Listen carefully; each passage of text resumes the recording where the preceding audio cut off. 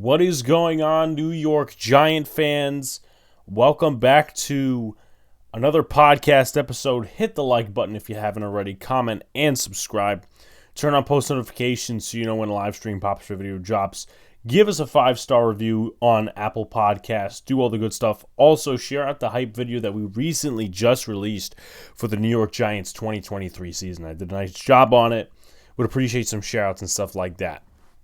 So, the way we're going to do this today is we're going to talk about first thoughts, injury report, 2022 stats because there's no games played yet in 2023 for any of these teams. Things to look for, players to watch, top matchups, keys to win, score prediction, and an interview/discussion with Tom Ryle, who we had on last year, close to the Thanksgiving game for the preview then, and just getting the side of the Cowboys perspective, if you will. But, man, football is inching its way back into our lives once again. We had the Thursday night game, which was pretty exciting. I know everybody's, talking about the Kadarius Toney stuff and all these other different things, man, but I can't wait for Giants football to be back. Now, of course, that would not be without controversy. That would not be without something just popping in the way and, all of a sudden, oh, crap, this might happen. But I'm going to talk about at the end, and I know we got the interview after, whether this is a must-win game or not. Because a lot of people are saying it is, a lot of people are saying it isn't, but we'll talk about it. So let's take a look at the injury report for the Dallas Cowboys. Jourdan Lewis looks like he's going to play. He has an unspecified status, which means he should be ready to go unless they rule him out or make him a healthy scratch. Of late, Tyler Smith, offensive guard, he is doubtful with a hamstring injury, which is a big plus for the New York Giants side. Tyron Smith was limited Thursday and Friday with a ankle injury. He is questionable, but I think he will go. I think he's going to still be, not 100%, but I think he's going to be fine. Moving forward from that, Sam Williams, he's got a foot injury. He is questionable. Full practice on Friday. And then Donovan Wilson. This is kind of interesting. Safety, he has a calf injury. And they have him as unspecified, but he didn't practice the last 3 days. So I don't know what the status is there. Now, of course, there's always Jaron Kearse and some of these other safeties they're throwing in. Marquise Bell, which Tom Ryle will give us a little profile on in the second half of our show, but just something to keep an eye on. Most likely, from what I've heard, he's not going to play, but I also don't want to be spreading false information. Now, let's move to the Giants side. Gary Brightwell, limited most of the week with a knee injury. He's going to play. I would argue he's going to be the kick returner.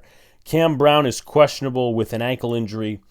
I guess he would play for special teams purposes, but if he doesn't go, the Giants could always elevate somebody off the practice squad or just go with their buddy Carter Coughlin. Lawrence Cager looks like he's going to go out there and play. He had an ankle injury, and he's really been dealing with that ankle injury, I think, since the Jets game. DJ Davidson is questionable knee injury. I necessarily wouldn't rush him back to health. Now, of course, I don't remember if he played against the Panthers and the Jets, but he would be a nice depth piece to have with this Cowboys offense, Deuce Vaughn running the football, Tony Pollard running the football and stuff like that, and also giving a breather to guys like Dexter Lawrence and Leonard Williams. But Rakim Nunez-Roches and A'Shawn Robinson were also signed for that reason. Cordell Flott, he is doubtful with a hamstring injury. We have 3 hamstrings on the injury report, but Cordell Flott is one of them. It doesn't really make a difference to me, to be honest with you, because, he is outside depth, which, that's a little hurtful. But Nick McLeod can play outside if somebody gets hurt or somebody's not doing well. And they also have Darnay Holmes, who could play second slot, and Bobby McCain. So there's a couple of moving pieces on this defense. But it's not the biggest thing in the world that he might not play. Javarius Owens, doubtful with a hamstring injury as well. He's been kind of dealing with this for a few weeks now, so wouldn't surprise me if he doesn't play. It's fine. It's all well. He's a late-round pick. He's not really supposed to play this early anyway. Wan'Dale Robinson is doubtful with a knee injury. Coming off that ACL, hasn't gotten much reps. Leave him. Let him get healthy. Whenever he's 100%, you throw him on the field, because the Giants, for the first time in so many years, do they have star power? Not everywhere, but at the wide receiver position, they have a lot of depth. So Wan'Dale Robinson can come back whenever he likes. Now here's the big one. Darren Waller, hamstring injury, questionable. A lot of people are throwing around that this might be a Belichick thing, that, just throw somebody on the injury report late. But I don't see really how that would benefit the Giants and, have Dallas at a disadvantage. They're still game planning for him, so it's not like it's the worst thing in the world for Dallas. And I know this doesn't make sense to a lot of people, but if he's dealing with the injury, now not that I want to make injuries worse, but this is a big Sunday night game. This is a big, everybody's going to be watching, this could potentially set the tone for the Giants season right here. Darren Waller, if he's in manageable pain, like he's in pain but he can manage it, you don't want to make it worse, but at the same time, if you're going to put him on the field and maybe, you're winning, you take him out and maybe rest him for Arizona. I know I'm kind of expecting a victory in week 2, definitely, but we'll see also as well how they play against Washington.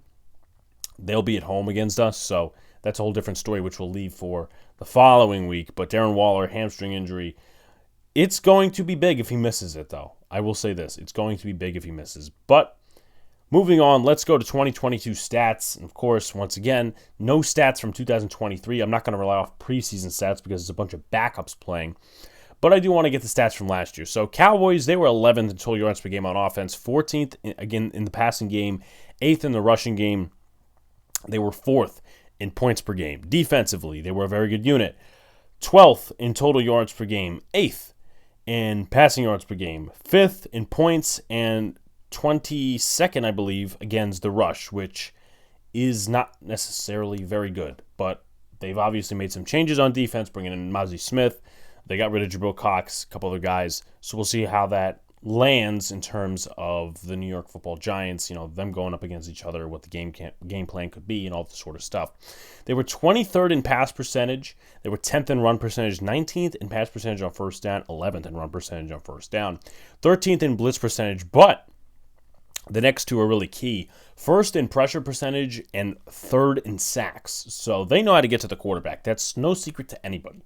If you've been watching football the last year, even if you're a one-year fan, you know that the Dallas Cowboys, with their personnel, can get to the quarterback. They can destroy games. Giants, offensively, 19th total yards per game, 26th in passing yards per game. In terms of the running game, they were 4th. Saquon Barkley, give him the most credit there. 16th in points per game. They got a big bump when they versed the Colts and put up 38 points. I happened to be there, by the way. Defense, 25th in total yards per game, 14th against the pass, 27th against the run. We hope they improve in that category. And 18th in points per game, 25th in pass percentage on first down, 8th in run percentage on first down.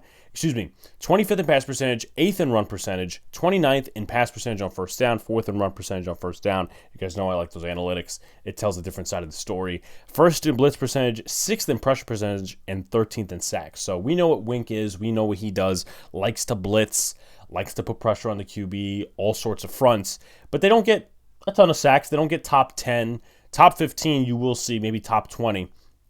But 13th in sacks last year. That's a good number. That's a solid number. Obviously, it could be improved upon amongst other things, but that's a solid number when you had Aziz out for half the year. You had Kayvon in his rookie year, O'Shane Ximines, Tamon Fox, and a couple other guys with the pass rush as well. So let's go to things to look for. And the first thing is something that's really, I would say, part of an X factor if this guy plays. That's the ball in Darren Waller's hands. We could talk about Saquon Barkley. We could talk about Jalen Hyatt, Darius Slayton, all these different guys. But Darren Waller is going to be the main focus of attention, at least in my opinion, for the New York Giants offense on Sunday if he does play. And I think the Cowboys know that pretty well, looking at camp, looking at preseason, stuff like that. And that's really going to put defenders in conflict on their own defense. Now, what do I mean by that? If you got Darren Waller being covered by, I'm not going to say Trayvon Diggs because that's unrealistic, but maybe Stephon Gilmore, maybe a guy like Jaron Bland, maybe Jordan Lewis or Jaron Kearse, even though Kearse really isn't fit to cover. That's going to put better defenders on Waller, or it's going to put Waller in a mismatch where he wins most of the time, as long as Daniel Jones can get the ball to him. Now, the other scenario, which I just briefly brought up, was this. If there's a better defender in Waller's hands, it's going to be everybody else is going to feast. It's a spreading the ball type thing. Saquon Barkley out of the backfield, Jalen Hyatt, Darius Slayton, Isaiah Hodgins, who a lot of people have forgotten about, Sterling Shepard, who people have forgotten about.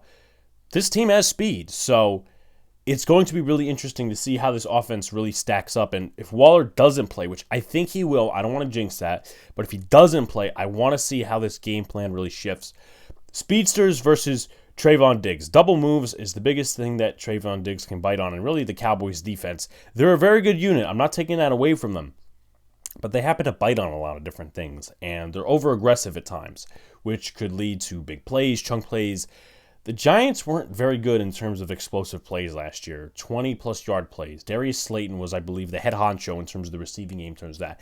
Darren Waller, Jalen Hyatt, those guys are going to add to that category, hopefully, this season. But I would look, at least in my opinion, either look or possibly want my speedsters going up against Trayvon Diggs. Darius Slayton, a double move, and maybe you put a safety over top. Jalen Hyatt, he's not going to play the entire game. If he does, I'd be surprised. But Jalen Hyatt, whenever he gets his snaps, go up against Trayvon Diggs. Test yourself in that way. And Sterling Shepard, not necessarily. But Hodgins, maybe have him go up against Stephon Gilmore. I mean, I'm just throwing shit at the fan here. But what I'm trying to say is I want the Giants to think creatively. I want them to do creative things and just fuck around a little bit. You know, it's the first game, see what works, see what doesn't, and then move forward with that. Max Protect. I don't know how often we're going to see this. I do expect play action to be involved a lot of the time because it's not just Darren Waller being open. It's not just other guys being open, but you do want Daniel Jones to have time. They're a fierce defensive line. Now, the middle I can't speak for 100% because I think that's one of their weak spots. Not huge sacks, but maybe Osa Digizua and Jonathan Hankins find their way in the backfield. But you got three guys that I'm really looking at, and we'll get to players to watch, and we'll go into these guys a little bit more. We got DeMarcus Lawrence, the infamous Micah Parsons, and not Chauncey Golston, but Dorrance Armstrong, who had 8.5 sacks last year. So Max Protect, I don't think there's going to be too many scenarios, but I do think there's going to be some play action bootlegs involved and stuff like that. A little bit of what we saw in the preseason, but not too much. Open Daniel Bellinger and also Paris Campbell's secret weapon. I think those two guys could really feast this game. Now, they're going to get 100 receiving yards? Fuck no. But everybody's going to be focused on Hyatt, Slayton, Darren Waller, maybe Saquon. I think Bellinger could get open. If you have two tight end sets, I want to see who they're putting on Daniel Bellinger. And Bellinger, he ain't the fastest fucking guy on the field. Absolutely not. But you know what? He is a guy that has tough fucking hands. He's going to catch the ball when it's thrown in his direction. He was the security blanket, one of many for Daniel Jones last year when he had to deal with a crappy wide receiver core. I expect that to continue, maybe on a lesser level, but if Dallas is focusing on guys like Waller and Hodgins and Barkley out of the backfield and Darius Slayton, they're focusing on those guys, I think Daniel Bellinger could really have a solid game. Also, as well, Paris Campbell. This is a guy, in my opinion, that Giants fans are really not talking about enough. Darren Waller got the hype in the preseason. He got the hype in training camp. I was there, obviously, for a few days. And it's not just Darren Waller that caught my eye. Paris Campbell, in the days he was on the field, he was effective, making catches, end zone, touchdown a couple of times. So, not just in the open field, over the middle, with different concepts, but also maybe in the red zone. And it's going to depend, really be interesting here, who they place at nickel corner. Is it going to be Jordan Lewis, which I don't think so, but I'll leave that for later, or Jaron Bland, who had 5 interceptions last year as a 5th-round pick. So there's a lot of toss-ups right now, but I think Daniel Bellinger and Paris Campbell could be the secret weapons for the New York Giants to move down the field this game. Swing passes, draw plays for Saquon. I really want to see, and this kind of goes into the next thing to look for, which is the offense swings on defense's play. I want to see how much the Giants really focus on the passing game, how much they focus on Saquon. because those are really two different things, but they also intersect because you could be, passing 70% of the time, but a lot of it could go to Saquon if Daniel Jones does not have time from Evan Neal's side or up the middle, stuff like that. So I think swing passes, I personally would favor Saquon against their linebackers. I don't think they're much to talk about, but draw plays, if a defense is over aggressive, they're pushing to one side, or they're overloading one side, or you have them coming up the middle or whatnot. Sometimes that could obviously be bad for draw plays. But Saquon and Daniel Jones, I mean, those are some, possible scenarios, possible things to mix in. I know Daniel Jones did it against the Packers when the Packers thought he was injured. They played that really well. Then, other scenarios as well. But just a little thought to throw out there, and then offense swings on defense's play, as I mentioned. I honestly, to be completely fair with you guys, I want to see the defense first. Not just saying, oh, well, we got to defer. Not for that reason. I want to see how the defense plays, reads, and reacts. Because if they're playing zone and they're just keeping everything in front of them, kind of the Patrick Graham-esque style, then the Giants, I think, would probably go to more of a running thing with play action, with Waller involved, and maybe more of a balanced type. But if they're playing aggressive, they're playing heavy man coverage, they're blitzing, they're getting beat on some plays, but they're doing really good on some plays, I would expect the passing game to be up in terms of percentage. So let's go to players to watch. We have to start at the quarterback position with Dak Prescott. 23 touchdowns last year, played in 12 games, 15 interceptions. So we know he can turn the football over. And there was a stat, I think he's got like 32 fumbles or 32 interceptions, 25 fumbles, something like that over the last 2 years. I mean, that'd be a lot, so look up the stat. But, he's known to turn over the football. He's known to do that. He's got a good completion percentage at 66.2, 7.3 yards per throw, 238 yards per game. It's going to be interesting to see how that goes up or down because Tony Pollard, he's not a bell cow back. He's a very good back. He's not a bell cow back. So, and then they got Brandon Cooks and a couple other pass-catching tight ends that we'll learn more about as this game goes on.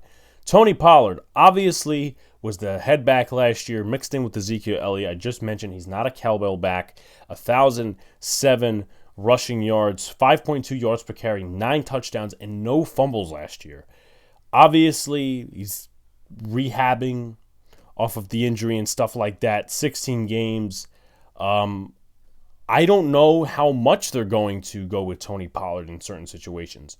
I think third down might be passing down time because you look at Rico Dowdle and you look at Deuce Vaughn. I mean, those guys aren't really third down, push, and move the chain type backs like Zeke was, like Brandon Jacobs, all these different guys. So I think that's a situation for failure if the Cowboys do that. But nonetheless, they could throw them out in a screen, a couple other different things. But it's going to be interesting to see how Tony Pollard has really used this game. CeeDee Lamb, over 1,000 yards a year ago, 1,359 yards, 9 touchdowns, 79 yards a game, no fumbles, none of that shit. 107 receptions and played all 17. So he's a threat on the field. He's going to be going up against Adoree Jackson most likely. Last year he fared solid against Adoree Jackson. He actually caught a touchdown towards the back of the end zone. So again, we'll see what happens in terms of this game, but CeeDee Lamb most likely going to be followed by Adoree Jackson. It's also going to be interesting, too, if Wink is going to throw challenges at Trey Hawkins or Deonte Banks for 1 or 2 reps to follow those guys, like Brandon Cooks, who we're going to talk about right now, and, of course, CeeDee Lamb, who we just talked about. So Brandon Cooks had a down year last year compared to the 2 years prior where he did have over 1,000 with Houston. So he played 13 games. He had a total of 57 receptions, 699 yards, 12.3 yards per catch, and 3 touchdowns, and a catch percentage of 61.3. I don't expect those stats at all with Dallas. I think last year was a down year. The Texans were a shit show, and I know there was a little bit of controversy there for a little bit before the Giants game, but I expect him to be a threat this game. I really do. I expect him to be a threat this game. As far as the O-line goes, outside of left guard, which is a big question mark right now, I expect the Dallas Cowboys to be dominant on most fronts, and it's going to be interesting because I know, obviously, we sacked Washington a lot last year. We sacked a couple other teams a lot last year. But this is a tough unit, and the Giants really haven't, if I'm being honest, they really have not done well against good offensive lines. Like, some of the sacks that came against the Eagles the first time last year, they were in garbage time. They didn't fucking count. But this is a game where you're really looking for Azeez Ojulari to make his impact. You're looking for Kayvon Thibodeau to make his impact. Isaiah Simmons on blitzes, that's something that you're really looking for. In terms of the O-line and sacks last year to get to the passing game, the Cowboys were the fourth least in terms of giving up sacks in the passing game. So this continues to be a good unit. Now their backups, their depth isn't good, but Bidish, he's a solid center. Zach Martin's an all-pro every season. Terrence Steele just got locked down, and Tyron Smith, when he's healthy, he's still a solid tackle in this league. So I would like to see once again how the Giants fare against them. Now, you take a look at the defensive side of the ball, and it's a little bit scarier. DeMarcus Lawrence, we all know what happened with him and Evan Neal last year, but he wasn't a big stat monger. That more went to Dorrance Armstrong and Micah Parsons, but he had 65 tackles, 9 tackles for a loss, 6 sacks, 13 quarterback hits, 21 quarterback pressures, 3 forced fumbles, and 2 fumble recoveries. Dorrance Armstrong had 33 tackles, 10 tackles for a loss, 8.5 sacks, 16 quarterback hits, 18 quarterback pressures, a fumble recovery, and a fumble forced. Micah Parsons, who's one of the best players in the league, as we know, 65 tackles, 13 tackles for a loss, 13.5 sacks, 16 quarterback hits, 41 quarterback pressures, 3 forced fumbles, 3 fumble recoveries. Trayvon Diggs, you move to him. He's a guy that does give up the big play, but he's a solid corner and he's a ball hawk. Had 11 interceptions in 21-22. He gave up a completion percentage of 64.7, which I believe is the highest in his career to this point. 3 interceptions, 673 yards allowed, 86.1 passer rating, 3 touchdowns to go with 59 tackles, and also 14 pass deflections. So he knows how to get the hands on the football. And a fumble recovery as well. Now, Stephon Gilmore, 16 games with the Colts last year. We know where the Colts were. 56.2 completion percentage, allowed 2 interceptions. Combine that with 2 touchdowns, 577 yards, 66 total tackles, and a passer rating of 74. So he's still a solid corner in this league.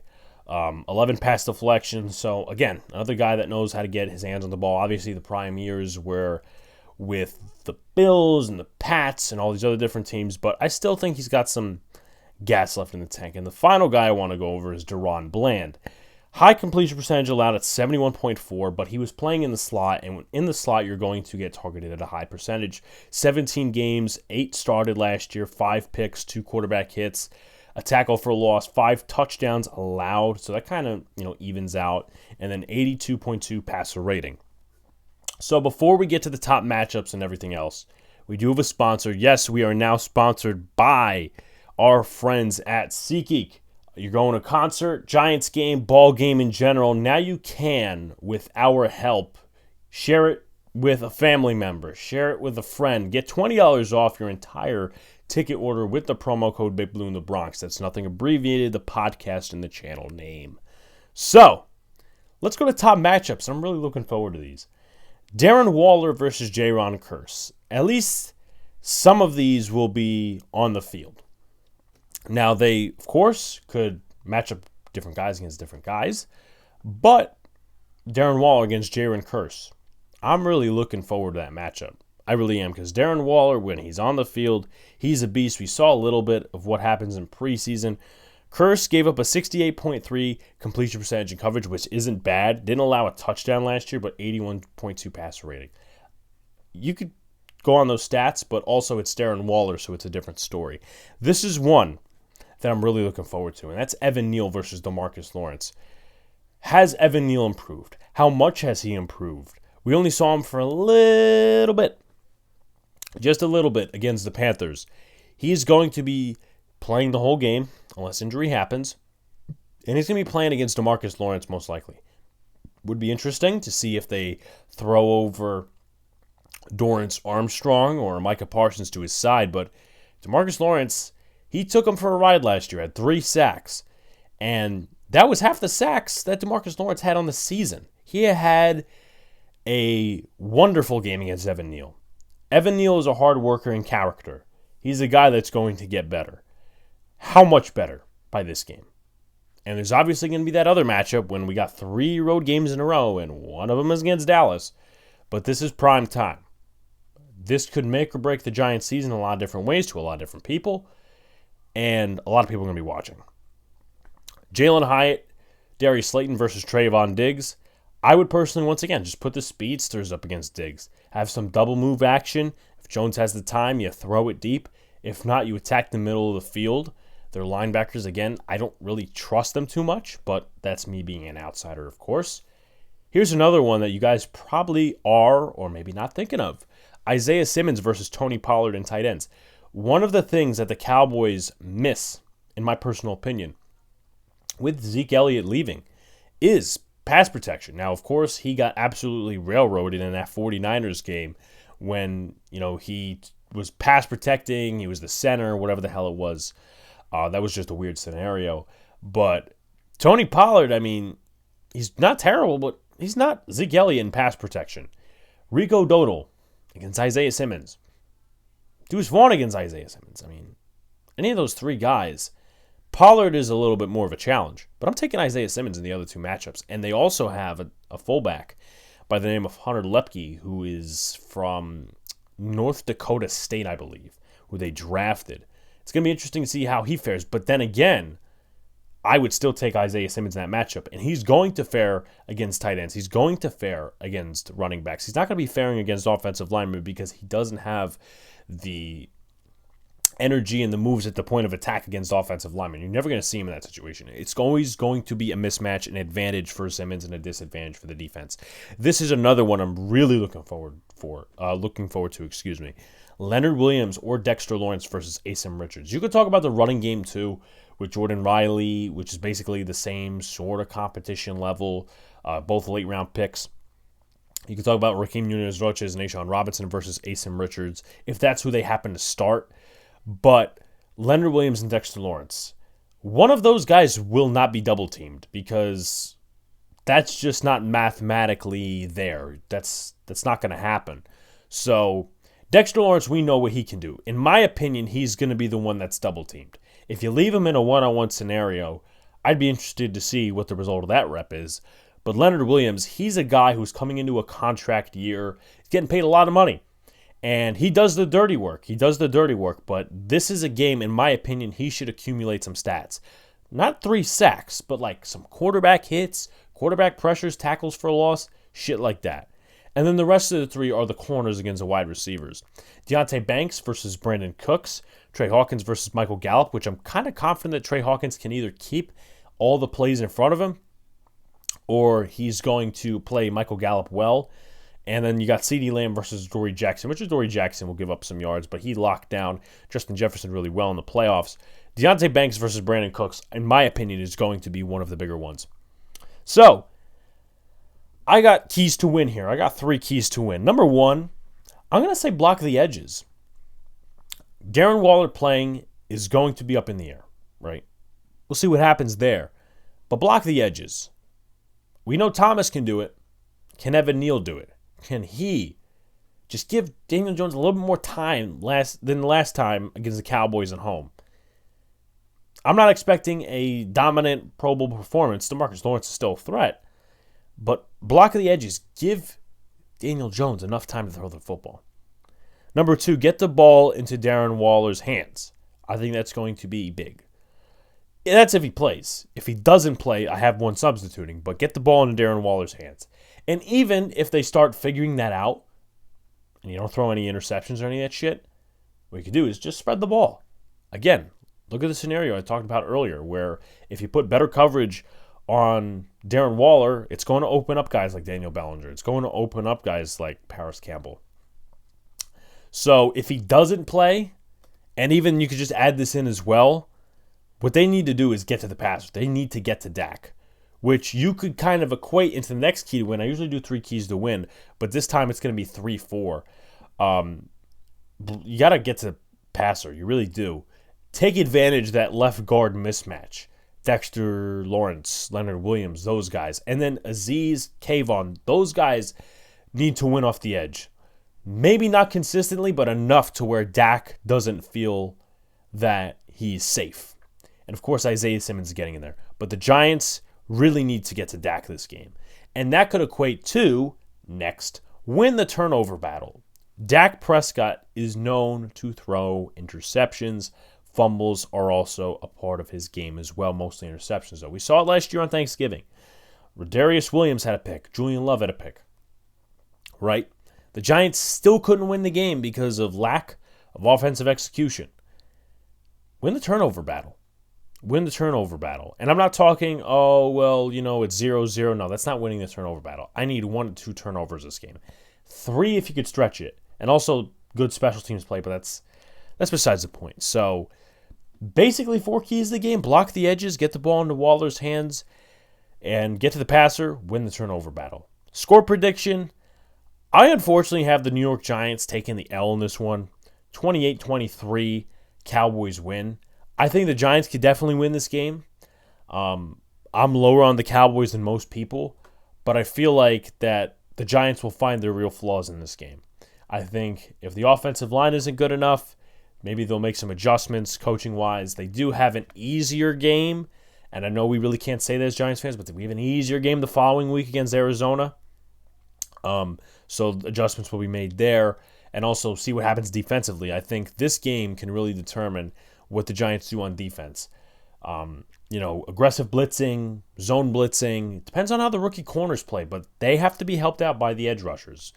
Anyway, 28-23, I think the Cowboys are going to take this one. Let's turn it over to the discussion with Tom Ryle of Blogging the Boys. And before we do that, one more thing. One more thing for you guys. I mentioned this earlier. I want to mention it. A lot of people are talking about, is this a must-win game? Is it not a must-win game? I think it is. I'm going to be honest with you guys. And normally I'm not a negative Nancy. I'm not a stern guy in terms of these things. This is a must-win game for the New York Giants. Number one, because their seasons have gone down the tubes if they don't win the opener. I know that's a stereotype and we have a different coaching staff, but it's still a relevant point to make. That's number one. Number two, this, in my personal opinion, is the only opportunity for the New York Giants to beat the Dallas Cowboys. If you guys look at my schedule prediction, that goes back to May, I don't have them beating the Cowboys in Dallas. That's a 3-game road trip. Now, they're coming from, I think, Las Vegas to Dallas to Washington, something along those lines.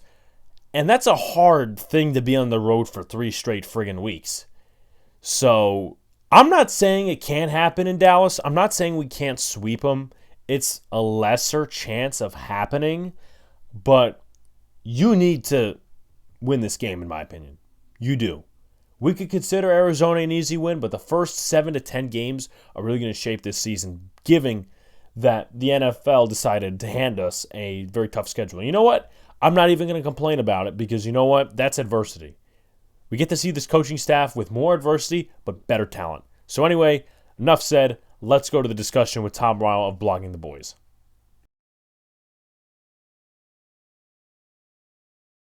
All right, so now we are at the interview portion / discussion portion of the show.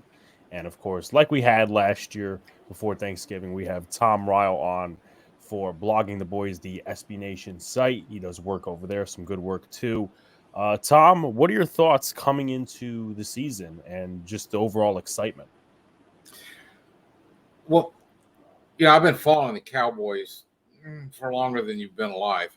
And this is as good a roster as I can remember seeing. It kind of rivals some of the early 90s rosters, I think, particularly on defense. If it has an Achilles heel right now, it's the offensive line. And that, of course, has created a little bit of concern among Cowboys fans as the entire left side of the line had some little problems. That's the Smith brothers, Tyron and Tyler. No, they're not really brothers, but they both came up with problems. Right now, it's kind of leaning towards Tyron will be playing, but Tyler is a big question mark. And when you got to worry about protecting your quarterback and you're kind of rolling out a new version of the offense, it does kind of, make you wonder if there's going to be some problems coming in. But actually, overall, I think this is going to be a good year for the Cowboys. I think they're set up to run. They fixed some real problems from last year, particularly the wide receiver core looks just 10 times better than it did last year when it was CeeDee Lamb, a crippled Michael Gallup, and whoever else they could scrape up to be wide receiver 3. Right, definitely some weaknesses and strong points, but you mentioned a new offense, and obviously the offensive coordinator, the title, has been given to Brian Schottenheimer. Now, I want to get this straight from someone who has covered the Cowboys as long as you have. A report came out a few weeks ago saying that Kellen Moore passed on running downs, and the team really didn't like that. On the other hand, there was rumors that Mike McCarthy, he got fired from Green Bay because not just bad record, but he was a guy who passed more than run. And then obviously you saw the Aaron Jones coming along and stuff like that. But anyway, what do you think the offense will look like? And of course, it's anybody's guess, but Cowboy fans and Cowboy writers probably know a little bit more than the outsiders. What do you think the offense will look like in terms of play frequency in 2023? Well, it's a modified version of the West Coast offense, which uses short passes almost like running plays in some ways. And they've elevated Tony Pollard since Ezekiel Elliott has moved on, or they moved on from him. And I don't really know. I think we're going to see more creativity from Mike McCarthy. There were times that Kellen Moore he would try to throw in something creative, but it almost felt like you saw it coming. One of our complaints was their punt returner, Cavante Turpin, is very fast.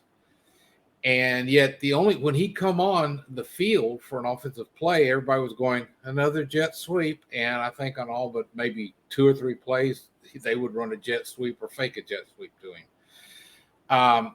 I'm hoping we're going to see more now that we've got the addition of Deuce Vaughn, who I think people are going to find out can indeed play and play well in the National Football League. The player said that he actually does get lost out there. The defenders just don't know where he is for a second, and then all of a sudden he's breaking out, getting into the second level. I don't know if they're going. I think they're not going to lean on Tony Pollard the way they did Ezekiel Elliott. And I would like to. I'm a guy that likes to see close to a 50-50 mix on first down. What do you do on short yardage situations? Well, that's going to be interesting. Pollard may carry the ball in the short yardage. They've also got Rico Dowdle, a guy who's been with the organization for 3 years and has always been injured. They always had a lot of faith in his talent. He's an undrafted free agent guy. And I think he may be the short yardage back. And then they've got kind of this X factor named Hunter Lepke, who was listed as a fullback in college, but is really an H-back. He can line up in line, play as a tight end. He can line up as a flea blocker, but he's very good just as your single back, and he's big. He may become the short yardage specialist. So we don't know. They haven't revealed a lot, especially since they kept the starters on the bench through all of preseason. We never saw the starting offense out there. So to me, it's just, do they get first downs? If the play works, it's great. I think the problem was that Kellen Moore was passing on running downs, and it wasn't working. Right. So you just talked about that running back situation a little bit with Ezekiel Elliott leaving, Tony Pollard coming off injury, but you just said yourself they probably won't rely on him too much.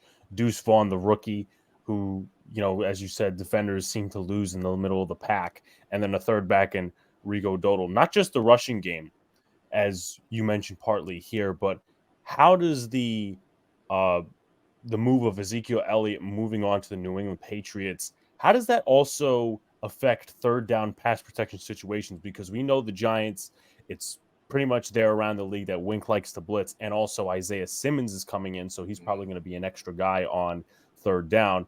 How does that affect not just the rushing game, but also third down pass protection scenarios?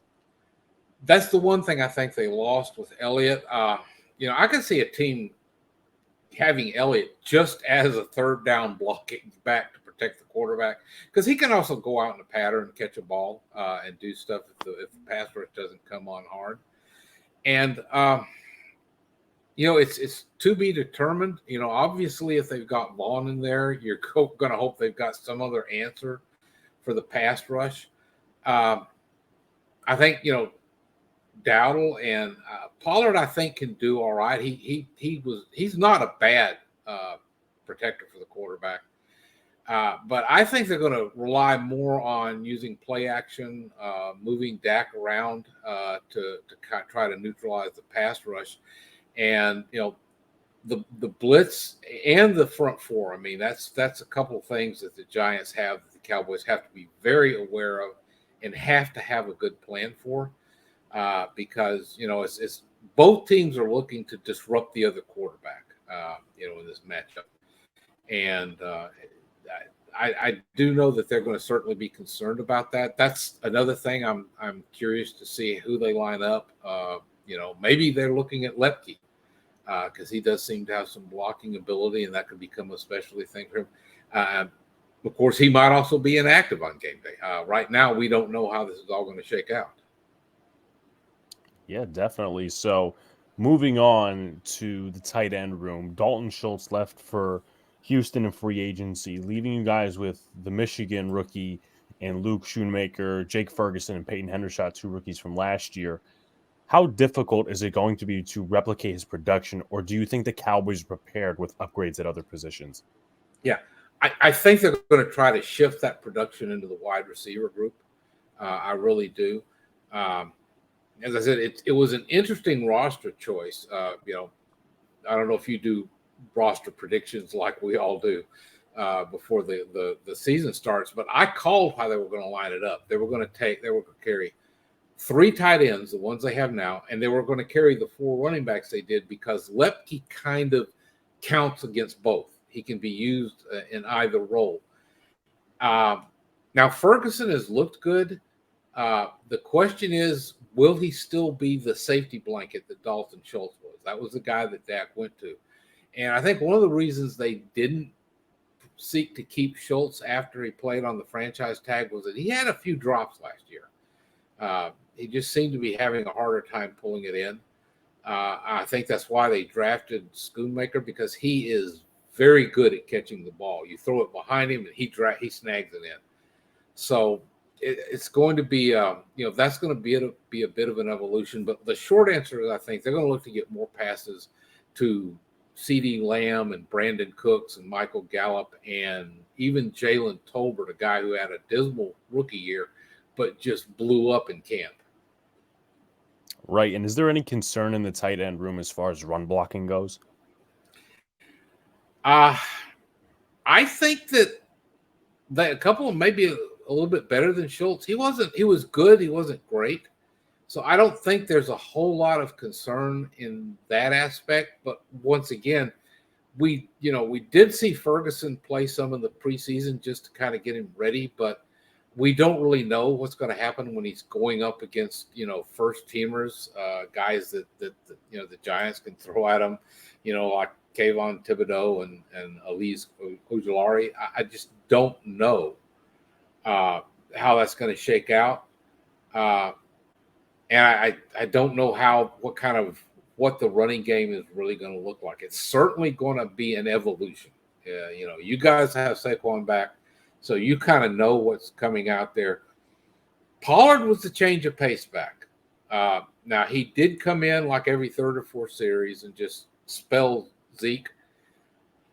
And he was very good at it, but was that because he was coming out while the defense was a little bit more tired? I don't know. I think he will do well. I just don't think they're going to be, the old saying was feed Zeke. They aren't going to try to feed Tony the same way. I'm pretty sure. Yeah, he's not really a bell cow back in this league. Moving to something that was brought up earlier, Mike McCarthy sounded confident in Tyron Smith playing, who still, he's still dealing with a little injury, but it looks like he's going to stick it out. It also looks like Tyler Smith, at least on the injury report, is listed as doubtful. Who does that send in at left guard? And are you confident, or at least how confident are you that you got Smith on the left side of him, and then Tyler Bidish at center? How confident are you that they play at least solid against a D line with Dexter Lawrence and Leonard Williams?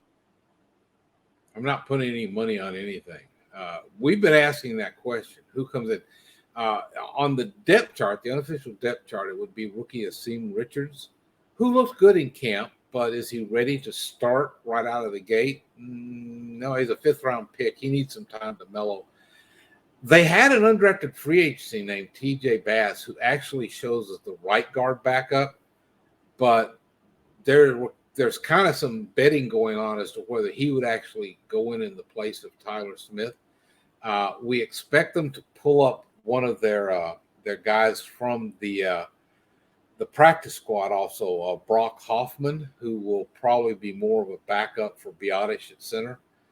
That like I said, the depth on the offensive, 5 very good starters. You've got you got Zach Martin, who just is an all-pro every year. Tyron Smith, rather, probably has all Hall of Fame credentials.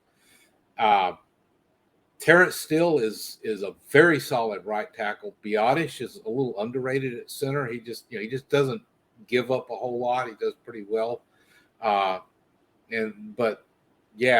If Tyler Smith isn't out there at left guard, you can expect the Cowboys to try to move to the right in almost every way possible. They've always been kind of a right-handed running team, but you can probably expect to see Dak rolling out that direction a lot just to make it a longer run to come after him from the other direction. Moving to the defensive side a little bit. Today, the Giants put Darren Waller on the injury report with a hamstring injury. We'll see how far that goes in terms of Sunday night. But if he does play, knowing how big of a threat he can be, and all camp Daniel Jones was targeting him and stuff like that, how do you expect the Cowboys to limit him or to cover him on the field, knowing that I'm not saying they're top tier weapons, but the Giants have upgraded speed in the wide receiver room. So how do you think the Cowboys are going to try to really limit Darren Waller? Well, since Donovan Wilson is also expected to not be playing, it probably is going to fall on Jaron Kearse, he's the Cowboys hybrid. He actually plays more as a linebacker sometimes. It's why the Cowboys right now really only have they're showing 4 linebackers, but one of them is Marquise Bell, a converted UDFA safety, who just to have 4 people in the linebacker room. And if it's not Kearse, then watch Damone Clark, a guy who was not supposed to play at all last year, was very good, came back from his surgery very much quicker than they expected, and looked surprisingly good out there. So I would look to those 2 guys to be matching up. And if not them, then probably Jaron Bland would pick it up, or they may bring Jordan Lewis in. He's apparently going to be ready to go, which kind of surprised all of us. We thought it was going to take him a little while to come back, but they said he's ready to go. He's a full participant, and he will be there, although they don't expect to use him a lot because he's still got to acclimate after missing so much of camp. Right. So going back to the trenches again, for us Giant fans, we have a lot of questions matchup-wise. Evan Neal, is he going to play better this time around in terms of, against DeMarcus Lawrence or whoever he faces? DeMarcus Lawrence, Micah Parsons, and Dorrance Armstrong, because I was talking with a couple of Giants content creators. They were mentioning Dante Fowler, Parsons, and Lawrence. I'm like, one of the guys you can't really sleep on is Dorrance Armstrong, who had, I think, 8.5 sacks last year. How do you think the Cowboys will try to get all of those guys on the field in terms of rushing the passer? Do you think anyone is going to shift inside? Oh, they do that. Dan Quinn is kind of a mad scientist. You will see sometimes you'll look out there, and there'll be 4 defensive ends out there. Um, and a lot of the people, like some of the 3 techs, Chauncey Golston, for instance, and Osi Adigazua to a certain extent, those guys can get after. They've lined up outside. You know, he just puts these weird fronts up, and it kind of works because he's a real believer in people who kind of they have hybrid type talent. They can, they maybe be primarily a defensive tackle, but they can do a little defensive end stuff. He loves defensive ends who can kick inside. Lawrence can kick inside. He's strong enough to go up against the middle of the line, and that can free up an Armstrong. And also, don't sleep on Sam Williams, guy who had a little trouble, but off the field. But I think he's going to be out there trying to prove his worth. So yeah, you can about any kind of lineup. They even did a thing one time back when they still had a guy named Quentin Bohanna, who's a nose tackle type. They had him, Jonathan Hankins, and Mozzy Smith, 3 pure nose tackle types, lined up all on the same time on a short yardage situation. I mean, Quinn will just throw anything at you, and you never know what's going to come from where. Right. That's why he's been in the league so long and he has the reputation he does have. One of the trending headlines, or at least it was a highlight reel on social media. I might as well, again, get this from somebody who's covering the team. One of the trending headlines was just Mozzy Smith getting rolled over in the running game. Is that a concern for Dallas, or was that just a few preseason reps put together? And do you think that his confidence and really his game will pick up quickly? No. Well, as a rookie, he had good plays too. I mean, he had some stuff. He's very strong. His biggest problem is he hasn't gotten up to speed on his get off. He has a bit of a hesitation there, which is when he gets into trouble. But they've got Jonathan Hankins, who was acquired mid-season last year in a trade, and they're going to have, I believe, Smith behind him coming in to spell him and give Smith a chance to learn. So for this game, I don't think Smith is really a factor to consider. If Hankins can stay out there and not get nicked up and have to leave the field, he's going to be the guy that you're going to be watching, and he's a pretty dang good nose tackle. Right. Moving on, you were talking about Jordan Lewis and Jaron Bland. I saw the depth chart for the Cowboys. I think right now it has Jaron Bland as the starting nickel corner. He had 5 interceptions last season for the Cowboys, was a rookie then. Is he going to start in the slot? Will it be Jordan Lewis? Will it be maybe Jordan Lewis down the stretch in terms of games? Because I know you mentioned that Jordan Lewis is still, coming back from missing camp and whatnot. But is Jaron Bland maybe the eventual replacement, or both going to stick on the team? Well, right now, of course, I would say that Bland is just going to be out there to let Lewis get his legs under him, and then they're just going to see who they are. You may see a little more rotation instead of having, corners that are out there for 100% of the defensive snaps. They may actually be able to spell Trayvon Diggs and Stephon Gilmore, so they don't have to be out there every single play. But I would say Lewis is. We'll be asking that question 3 or 4 weeks into the season. Right. So mentioned it a little bit earlier, but biggest weakness, biggest strength heading into the season for the Dallas Cowboys. The offensive line is the biggest concern, I think. It's as I said, whenever one of the starters isn't out there, it's massive downgrade. The strength, I think, is still the pass rush. I think they're going to put just relentless pressure, especially if you've got a team that maybe struggles a little bit, and then let the secondary look for a mistake to come their way when you get a quarterback that's hurried or moving in a direction he doesn't want to go. So that's how I look at it. Basically, your 2 lines. One is the biggest weakness. The other is the strongest part of the roster. Right. Going to an evaluation / fan standpoint for this game, Which matchups, if any, are you looking forward to seeing? Uh, I'm interested to see what the Cowboys running backs do against, the linebackers or the defensive linemen. That's, I want to see how the running game matches up against the defense, not a one-on-one thing. But that's something I'm really curious about because I've got optimism, but I don't have a good feel that it's that I don't know that I can base that on anything concrete because all we've seen mostly is just practice. Some of the players did go off a good bit uh, during some of the preseason games, but it's preseason. You're talking second, third stringers, so how much weight can you put on that? And the answer is be very careful. So that's something I'm really looking to see.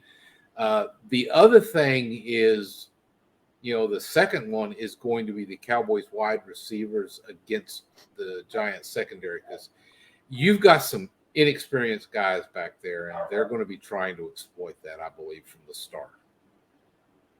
Right. Moving into further game prep, two X factors, one on offense and one on defense for the Dallas Cowboys come Sunday. Yeah. I'm not going to lie. I think that Deuce Vaughn is going to be an X factor just because everybody's going to be waiting to see what he does. And his biggest value may just be that people are paying too much attention to him and worried about what he's going to do, that kind of thing. But if we're all right, he is going to get a couple of really good plays. I don't think he's going to be used extensively, but when he does get out there, he tends to make things happen a little bit. Defensively, it's hard to say, but I mentioned Marquise Bell. They are really high on him, and he's kind of an odd guy to say, but he's probably going to get him some run at linebacker. And I'm kind of looking to see how he goes off. And if it's not him, I'm saying Damone Clark because he's, I think, going to be really active out there from the weak side linebacker. Right. And then flip it to the other team in terms of game plan, in terms of watching against the Cowboys. Two X factors that you're looking for in terms of the Giants, one on offense, one on defense, going up against the Cowboys. I think they're going to be trying to make sure that they don't let Saquon Barkley take over.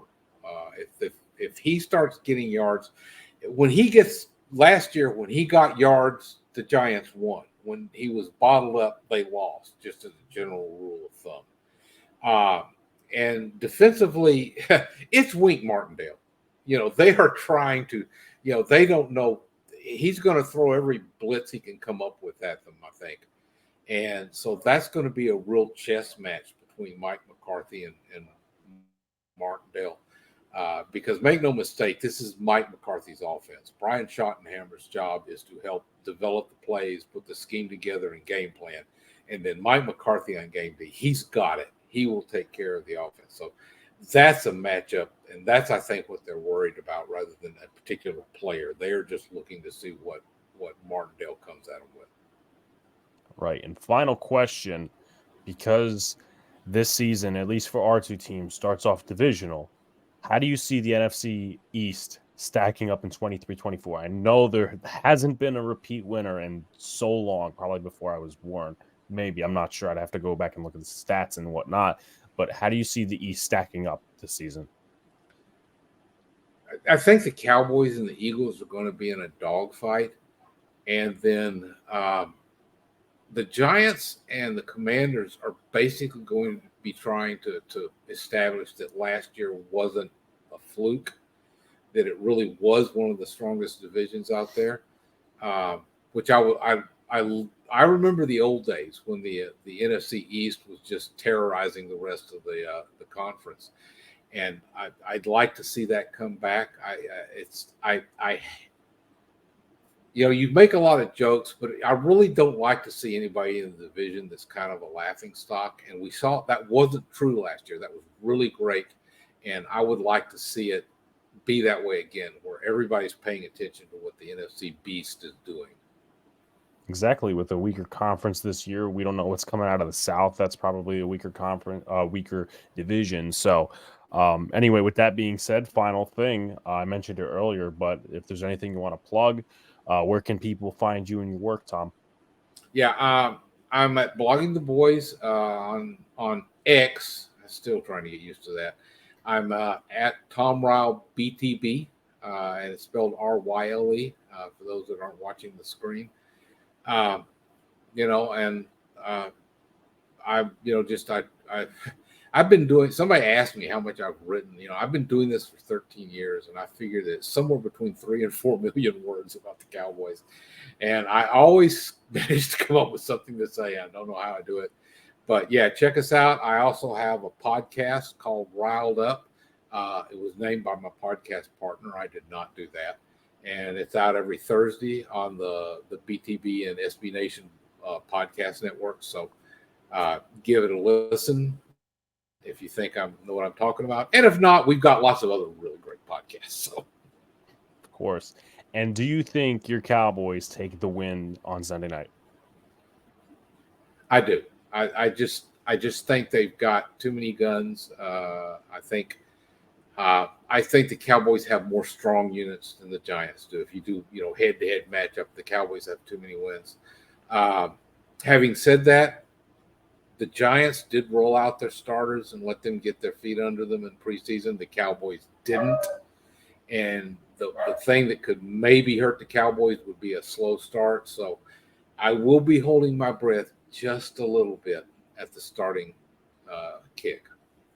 And it's a divisional game, so it's talent is always a thing, but just these guys jamming in and gelling together to beat their divisional rival is always that extra amount of energy they put in, especially in week one, primetime football.